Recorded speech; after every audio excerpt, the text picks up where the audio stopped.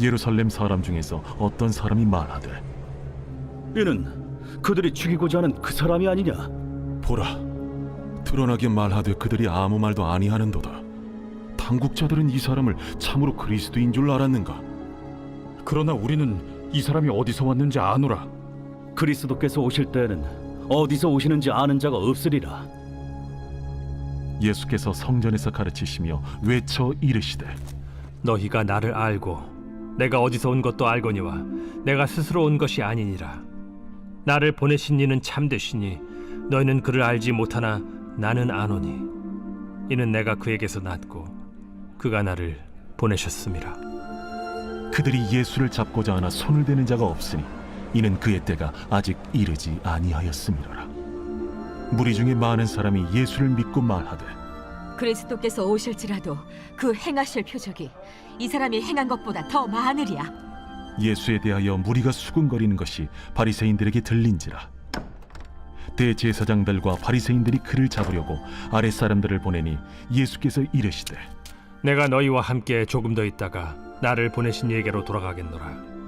너희가 나를 찾아도 만나지 못할 터이요 나 있는 곳에 오지도 못하리라. 이에 유대인들이 서로 묻되, 이 사람이 어디로 가기에 우리가 그를 만나지 못하리요? 헬라인 중에 흩어져 사는 자들에게로 가서 헬라인을 가르칠 터인가? 나를 찾아도 만나지 못할 터이요 나 있는 곳에 오지도 못하리라 한 이 말이 무슨 말이냐? 오늘 하나님의 말씀으로 하루를 시작하시는 커맨시 교회 모든 성도님들을 축복합니다. 여러분, 문제 하나 내겠습니다. 사람이 살면서 제일 무서운 게 뭔지 아십니까? 많은 답을 할 수 있지만 저는 오늘 이런 답을 내리고 싶습니다. 어설프게 아는 것이 제일 무섭다. 모르는 게 아닙니다. 차라리 모른다고 하면 묻기라도 할 텐데 나 그거 전부 다 알아. 이렇게 확신하는 순간 귀는 닫히고 눈은 멀어져 버립니다. 심리학에서는 이것을 확증 편향이라고 합니다. 자기가 보고 싶은 것만 보고 믿고 싶은 것만 믿는 겁니다. 그런데 이게 사람 사이에서만 그런 게 아니라 우리가 하나님을 대할 때도 그런 모습이 나타나기도 합니다. 하나님, 내가 잘 알지. 내가 모태신앙인데. 예수님, 사랑의 주님 아니야? 내 기도를 들어주시는 분이시고 과연 그럴까요? 여러분이 안다고 생각하는 그 하나님이 성경이 말하는 진짜 하나님이 맞나? 또 내가 믿는 예수님이 우리가 믿는 하나님이 맞나? 이러한 질문은 마땅히 가져볼 필요가 있습니다. 왜냐하면 우리는 악하기 때문에 시시때때로 우리가 필요에 만들어내는 내 입맛에 딱 맞는 상상 속의 하나님을 기대하곤 하기 때문입니다. 오늘 본문도 비슷한 내용이 담겨 있습니다. 예루살렘 한복판에서 사람들이 수군수군합니다. 자기들은 예수를 다 안다고 큰 소리를 치기도 합니다. 저 사람의 고향이 어딘지, 부모가 누구인지 우리가 훤히 다 아는데 저 예수가 무슨 메시아냐고 합니다. 이 사람들의 문제는 무지가 아닙니다. 어설픈 지식, 그놈의 내가 안다는 교만, 이것이 진짜 문제였습니다.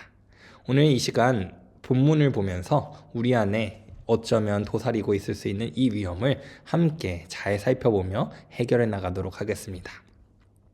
다시 본문으로 돌아와서 상황을 한번 살펴봅시다. 명절입니다. 초막절이라 예루살렘에 사람들이 구름처럼 모여옵니다. 그런데 분위기가 묘합니다. 왜냐하면 예수님이 나타났기 때문입니다. 저 사람 예수 아닌가? 높은 분들이 죽이려고 벼르고 있다는 저 예수가 저기 나타나는데, 아니 저 사람 메시아랬어. 여러 가지 이야기들이 막 수군수군 나타나고 있습니다. 그런데 사람들이 금방 고개를 젓습니다. 왜냐하면 자기들 나름의 신학적 상식이 있었기 때문입니다. 당시에 유행하던 설 중에 이런 것이 하나 있습니다. 진짜 메시아라면 하늘에서 뚝 떨어지듯이 신비하게 나타나야지, 저렇게 총구석인 나사렛 출신인 거 다 아는데 무슨 신비감이냐. 또 이런 메시아관도 있었습니다. 메시아가 나타나면 로마의 압제에서 우리를 구원해 줄 거야. 근데 저 사람이 하는 걸 보니 정치적으로는 무엇을 아무것도 안 하는 것 같은데, 이러한 자신들만의 팩트, 논리를 가지고 내가 이러한 생각을 가지고 있다라는 그 기준을 가지고 예수님을 판단했습니다. 이렇게 말하는 거죠. 팩트 체크해 보니까 쟤는 메시아가 아니라 요셉의 아들이고 형제들도 우리가 다 알아. 그러니까 메시아가 아니야. 메시아일 수 없어. 이게 너무 무서운 말 같습니다. 사실은 맞습니다. 예수님이 나사렛 출신인 것 맞고 형제들이 있던 것 맞습니다. 그런데 예수님은 그럼에도 불구하고 우리의 구원자이자 참 하나님이신 걸 우리가 알고 있습니다. 많은 사람들이 자신이 알고 있는 그 팩트 때문에 진실을 바라보지 못하는 것입니다. 눈앞에는 생명의 떡이신 예수님이 와 계신데 자기들 머릿속에 있는 메시아 조건에 안 맞는다고 이렇게 예수님을 거절하고 있는 것이죠. 우리도 마찬가지일 수 있습니다. 하나님이 살아계시면 나한테 이러시면 안 되지. 내 상식으로는 이것은 기도에 대한 응답이 아니야. 이런 생각을 가지며 하나님을 또 우리만의 팩트를 기준으로 평가하고 있지 않는가 돌아볼 수 있으면 좋겠습니다. 예수님이 듣다 못해서 성전에서 외치십니다. 성경에 외쳤다라고 헬라어로는 크라조라고 하는데 분명히 기록되어 있습니다. 평소에 예수님은 조곤조곤 말씀하셨을 것 같은데 오죽 답답했으면 소리를 지르셨겠나요? 너희가 내가 어디서 왔는지 안다. 나사렛에서 온 거 너희가 다 안다. 그런데 진짜 중요한 건 너희가 모르고 있다. 나를 보내신 그분을, 하나님을 너희는 모른다라고 예수님이 외쳤습니다. 예수님이 지금 이렇게 말하는 거죠. 너희가 성경 달달 외우고 제사 꼬박꼬박 드리고 종교생활 열심히 하지만 너희가 진짜 하나님을 모른다. 하나님은 개념, 상식, 우리의 팩트 안에 갇히신 것이 아니라 하나님 자기 자신에 드러난 그 놀라운 우리 생각으로는 어떻게 평가할 수 없는 그런 하나님이신데 너네가 하나님을 축소하고 있다. 이렇게 외치신 것입니다. 이 말씀이 유대인들에게만 하는 말씀으로 끝나면 안 됩니다.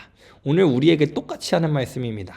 우리도 그들과 마찬가지로 예배를 드리고 성경을 읽는데 어쩌면 예수님이 이 땅 가운데 오셨을 때 우리가 잘 받아들일 수 있을까? 우리의 시선에 우리의 이상향을 가지고 예수님을 바라보지 않을까? 잘 한번 생각해 볼 수 있으면 좋겠습니다. 사람들이 화가 머리끝까지 났습니다. 당장 예수님을 잡으려고 덤벼듭니다. 그런데 성경은 여기에서 하나 반전을 기록합니다. 손을 대는 자가 없었다. 이는 그의 때가 아직 이르지 아니하였기 때문이다. 여기서 요한복음을 읽을 때 중요한 단어가 하나가 있는데 때라는 단어에 밑줄을 그으셔야 됩니다. 무슨 뜻입니까? 사람들이 아무리 날뛰고 권력자들이 아무리 음모를 꾸미고 어떻게 평가하는 그 모습 가운데서도 하나님이 정하신 때는 확실히 정해져 있고 아직 이르지 아니었다라고 기록을 하고 있다는 것을 발견해야 됩니다.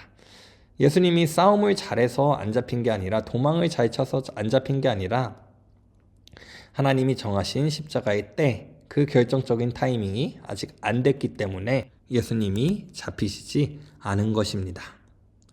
모든 것이 하나님 주권 안에 있고 심지어 예수님도 하나님의 역사 안에 있다는 것을 성경이 기록하고 있는 것입니다. 예수님이 자신을 잡으려고 하던 그 사람들에게 수수께끼와 같은 말씀을 던지십니다. 무엇입니까? 내가 조금 더 있다가 나를 보내시니게로 돌아가겠다. 너희는 나를 찾아도 못 만나고 내가 있는 곳에 오지도 못한다. 사람들은 비웃습니다. 어디로 또 도망가려고 라는 생각을 가졌던 것 같습니다. 하지만 우리는 뒤의 내용을 알고 있지만 이 당시에 예수님께서 말하는 것은 사람들이 이해하기 쉽지는 않았을 것입니다. 여기에서 말하는 아버지가 있는 곳으로 돌아간다는 것이 하나님께 돌아간다라고 정확히 잊지 못했을 것이 분명하기 때문입니다. 예수님은 지금 어디로 도망간다, 어디로 가서 피한다라는 의미가 아니라 이제 죽음을 뚫고 부활하셔서 원래 계셨던 그 영광의 보좌, 아버지의 품으로 돌아가시겠다는 선언을 한 것입니다. 오늘 본문은 이렇게 끝나게 되는데 오늘 말씀은 저는 많은 것을 생각할 수 있다고 생각합니다. 첫 번째로는 우리의 삶에 적용하면서 우리의 지식을 좀 내려놓을 수 있으면 좋지 않을까라는 교훈을 주는 것 같습니다. 때로는 우리가 하나님을 재단합니다. 하나님 왜 이렇습니까? 제 계산으로는 이럴 때가 아닌데요. 제발 하나님 앞에서 계산기를 좀 그만 두드리는 우리가 되었으면 좋겠습니다. 하나님은 우리의 생각보다 훨씬 더 크신 분이시고 우리가 하나님을 발견하려고 노력해야지 우리가 하나님을 재단하려고 노력하면 안 될 것입니다. 두 번째, 우리의 조급함을 좀 내려놨으면 좋겠습니다. 사람들은 메시아를 엄청나게 기다렸습니다. 그래서 실수를 범한 것입니다. 내가 원하는 메시아가 빨리 오시겠구나. 이러한 메시아가 왔을 때 내가 이렇게 반응해야지. 메시아를 사랑했던 그 마음이 변해서 이제는 어쩔 수 없이 내가 원하는 메시아를 만들어냈다라는 것이 오늘 본문이 나타난 기록 아닌가 생각해 볼 수 있겠습니다. 하지만 성경이 분명히 말하는 것은 하나님의 때가 있습니다. 하나님께서 먹일 때가 있으면 거둘 때도 있으시고 주님을 보내실 때가 있으면 우리의 수명이 다하는 때가 있게 하시기도 하고요. 우리는 그 하나님의 때를 온전히 알 수 없으나 믿음으로 그 때를 바라보며 살아가는 사람들, 하나님이 주실 것을 의지하며 살아가는 사람들, 기대하며 살아가는 사람들이란 것을 기억하시기 바랍니다. 그런 것을 기억한다면 우리의 실패, 억울함, 이 모든 것이 하나님의 완벽한 시간표 안에 들어있다면 우리는 참된 자유로 살아갈 수 있습니다. 말씀을 맺겠습니다. 오늘 본문에서는 자신의 상식들 때문에 예수님을 바라보지 못한 많은 군중들을 바라보게 됩니다.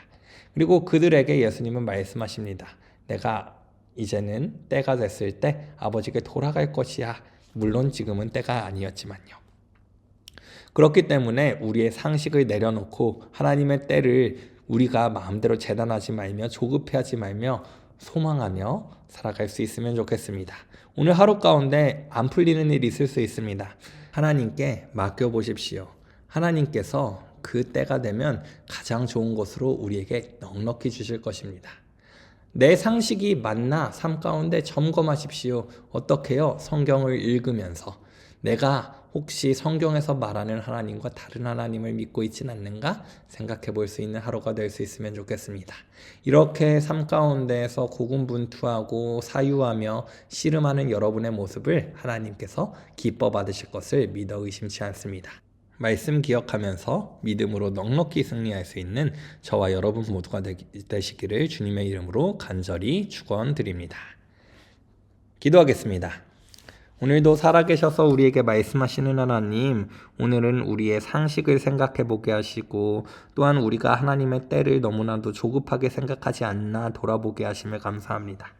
하나님이 우리 이 세상을 다스리고 우리를 보호하신다, 인도하신다는 건 너무 잘 알고 있지만 우리가 믿음이 없어서 신뢰하지 못할 때가 너무나도 많사오니 우리의 생각과 마음을 지켜주시고 하나님을 더 의지하고 신뢰할 수 있는 귀한 믿음을 허락하여 주시옵소서. 오늘 하루 살아갈 동안도 하나님께서 가장 좋은 길로 인도하실 줄을 믿사오며 사랑하는 예수 그리스도의 이름으로 기도드립니다. 아멘. 이제 오늘 주신 말씀을 붙잡고 기도하며 나아가도록 하겠습니다. 함께 기도하겠습니다.